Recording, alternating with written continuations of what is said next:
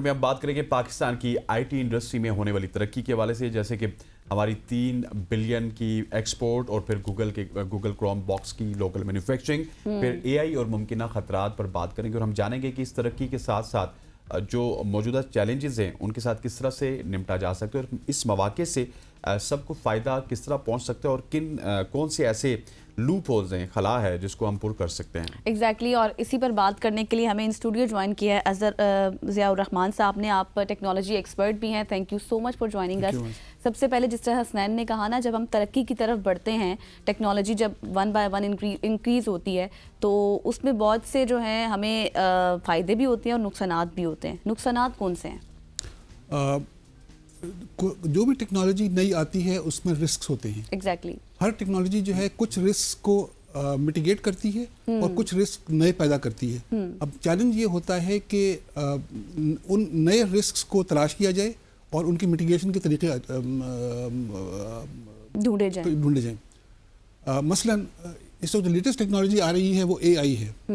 اے آئی کو نہ اپنانے کے بھی رسکس ہیں اور اے آئی کو اپنانے کے بھی رسکس ہیں۔ تو چیلنج یہ ہے کہ اس کو کیسے اپنایا جائے کہ وہ جو رسکس ہیں وہ میٹیگیٹ ہو جائیں، اور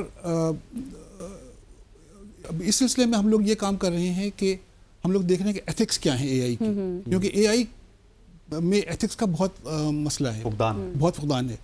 تو اے آئی ایتھکس کو ہم لوگوں نے آئیڈینٹیفائی کیا ہے اور ان کو میٹیگیٹ کرنے کا ہم لوگ، میری جو اگلی کتاب ہے وہ اسی پہ ہے کہ اے آئی ایتھکس کیا ہیں اور اے آئی ایتھکس کسی ایک سسٹم یا ایک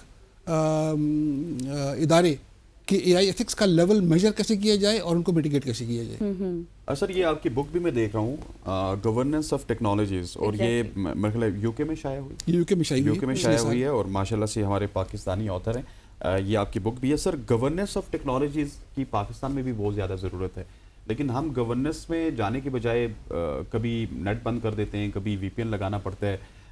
ہم کیوں اس سسٹم سے اتنا زیادہ دور ہیں، حالانکہ ہمارے پاس آپ جیسے مائنڈ بھی موجود ہیں؟ گورننس ہر جگہ کمزور ہے، اس کی کئی وجہ ہیں، پولیٹیکل وجہ بھی ہیں، اس کی لیک آف ایکسپرٹیز بھی ہے۔ چائنا میں بھی اسٹرانگ ہے وہاں پہ، اور یہی وجہ ان کی ترقی کی ہے۔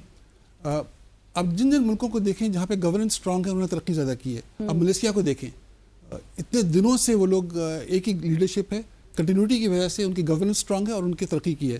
گورننس آف ٹیکنالوجیز جو ہے، دس از اے نیو فیلڈ، یہ میں نے ایجاد کیا ہے یہ field. This is not governance of I T, this is governance of technologies. مقصد یہ ہے کہ کسی بھی ادارے میں کم از کم 20-25 ٹیکنالوجیز ایک وقت میں استعمال ہو رہی ہوتی ہیں۔ اب ان کو اگر آپ سائلوز میں استعمال کریں گے تو ان سے وہ فائدہ حاصل نہیں ہوگا جو کہ ان کو ان کی سینرجیز کے ساتھ استعمال کرنا ہو۔ تو گورننس آف ٹیکنالوجیز کا مقصد یہی ہے کہ آپ کی جو جتنی بھی ٹیکنالوجیز آپ کے ادارے میں ہیں ان کو ان کی سینرجیز کو استعمال کرتے ہوئے استعمال کیا جائے۔ تب ان سے، میں کنسلٹنٹ تھا Dubai electricity and water authority کا، وہ لوگ ہر ٹیکنالوجی جو آپ امیجن کر سکتے ہیں وہ استعمال کرتے ہیں، مگر ان کا مسئلہ یہی تھا کہ وہ سائلوز میں استعمال کر رہے تھے۔ تو میں نے ان کو مشورہ دیا کہ اس کو آپ سینرجیز استعمال کریں، اور اس کی وجہ سے ان کو بڑا فائدہ ہوا۔ ان کے کئی خرچے کم ہو گئے اور ان کے لوگوں نے ان کی یوٹیلائزیشن آف ٹیکنالوجی بہتر ہو گئی۔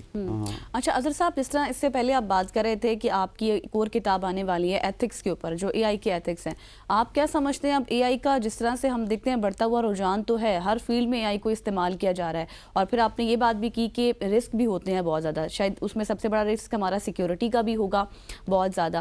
آپ کیا سمجھتے ہیں بیسک ایتھکس کیا ہونے چاہیے؟ دیکھیں، اے آئی سے جب ہم بات کرتے ہیں تو اس کے 2 حصے ہوتے ہیں، کسی بھی اے آئی سسٹم کے 2 حصے ہیں، ایک جو ڈیٹا اور ایک جو الگوریتم۔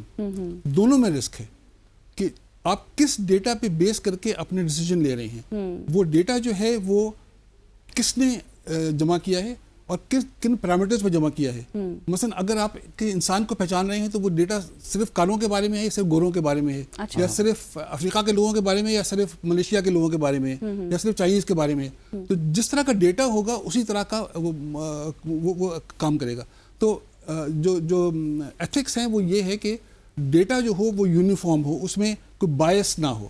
ٹھیک ہے۔ دوسرا ایسپیکٹ ہے الگوریتم کا، کہ کس طرح سے فیصلہ ہوگا اس ڈیٹا کی بیسس کے اوپر، وہ الگوریتم کیا ہے، وہ لاجک کیا ہے۔ اچھا، تو اگر لاجک ہی غلط بنائی جائے گی، اگر لاجک میں ہی بائس ہوگا تو جو AI ہے وہ غلط ڈیسیجن لے گا. ایگزیکٹلی اور اس کا نقصان بھی ہوگا. سر آخر میں مجھے یہ بتائیے گا کہ پاکستان کی جس طرح ہم نے $1 بلین کی اب انڈسٹری ہماری پہنچ چکی ہے آئی ٹی کی, AI میں بھی ہم ترقی کریں گے ڈیفینیٹلی. ہمیں کیا کچھ کرنا چاہیے کہ ہم وہ جو دنیا کی بہترین معیشتیں ہیں آئی ٹی کو لے کے ان تک پہنچ سکیں؟ ایک تو یہ کہ ہمیں بزنس کرنا اس کو آسان بنانا چاہیے. پاکستان میں بزنس کرنا بہت مشکل ہے. Exactly. ہر طرح کے ٹیکسز ہیں, رکاوٹیں ہیں, ایک تو وہ آسان کیے جائے. دوسرے ٹیکسز کم کیے جائیں. بہت سارے ٹیکسز ہیں جو کہ ہماری انڈسٹری پہ لگے ہوئے ہیں, پتہ بھی نہیں ہوتا کب کون سا نیا ٹیکس آ جائے گا. تو یہ 2 مین چیزیں ہیں جو کہ پرابلم کر رہی ہیں, اور لوگ اسی لیے چھوڑ کے جا رہے ہیں. لوگ باہر جا کے انڈسٹریز اپنی شفٹ کر رہے اور ہیں. گراؤنڈ بھی فری ہونا چاہیے Exactly. آئی ٹی والوں کے لیے. ایگزیکٹلی گراؤنڈ ہونا چاہیے. اور جس طرح آپ نے ٹیکسیشن کے حوالے سے بات کی ہے, کیونکہ ہمارے پاکستان میں ٹیلنٹ بہت زیادہ ہے, بس اس کی گروتھ کی ضرورت ہے. اور تھوڑا سا اگر پالیسیز اور گورننس, جس طرح آپ کتابیں بھی لکھ رہے ہیں ماشاءاللہ, وہ تھوڑی سی بہتر کر لی جائے تو شاید معاملات درست ہو جائیں گے. Thank you so much for joining اس اظہر صاحب. تھوڑے سے وقت میں آپ نے بہت کچھ بتا دیا.